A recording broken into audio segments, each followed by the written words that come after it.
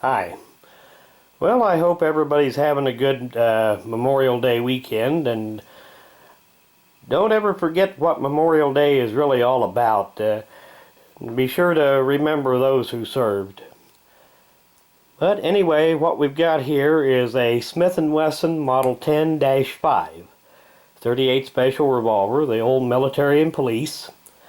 And with the current kind of glut of these things on the market from the foreign police trade-ins, I thought this might be a good time to do a little video on one. Now, this gun here was made from 1962 to 1967. Well, actually, the military and police made for like over 120 years now with various changes, but the 10-5 was made from 62 to 77. And if you're contemplating getting one of these police trade-ins, I thought I'd give you some ideas of what to look for. Now, like a lot of police guns, they were carried a lot, but not shot a lot. But if you're contemplating getting one of these, you can figure that the ones you're going to get are not going to have near this kind of finish. They're going to be pretty weather beaten, but that shouldn't affect the way that they shoot.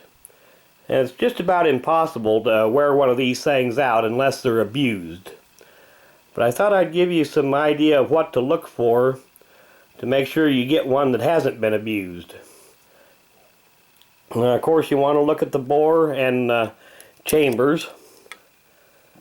Now, if you find anything wrong with one of these, as far as that goes, more than likely it's just going to be leaded up, which is not a big deal. That can be pretty well taken care of just with some solvent, a bronze brush, and some elbow grease. But the things that you do want to look for actual damage is the ejector rod to begin with.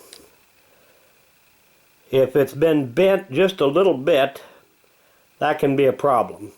They're easy to replace, but if you're buying a gun, you shouldn't have to work on it after you've bought it. So the first thing to check is how well this runs back and forth. If it binds a little bit, that's a good indication that it may be a little bit bent. And if they're just slightly bent, they will still go ahead and lock up okay, but it's something to watch for. Okay, the next thing is to try just moving the cylinder forward and back. Now, it's normal for there to be just a little bit of play, but if there's a whole lot, then that's something to watch for. That's a sign that it's been used with high pressure ammo and it's kind of stretched the frame out a little bit. That's something to avoid. And of course, the next thing is to check how well it locks up. Look at all of these places here, make sure none of them show excessive wear.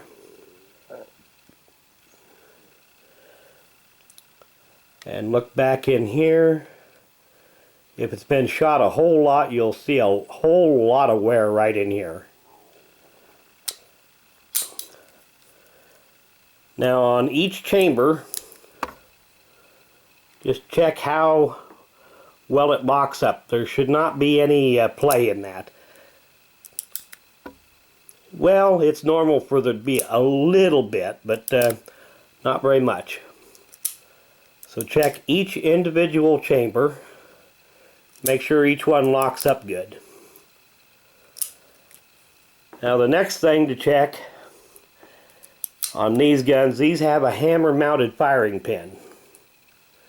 So you want to make sure that firing pin is in good condition, isn't broken, hasn't had any excessive wear, being bent or anything like that.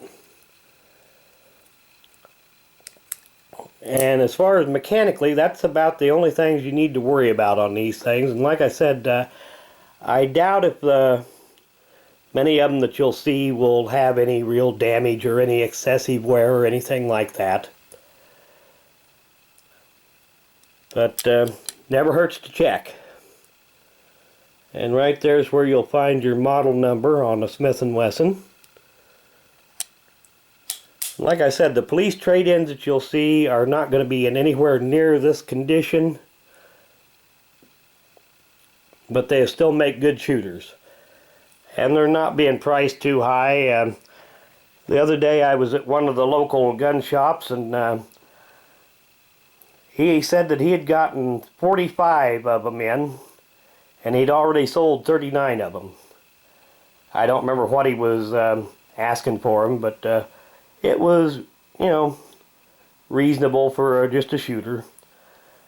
Like I said, you get the police trade-ins, you can expect a lot of wear on the grips, a lot of wear on the finish,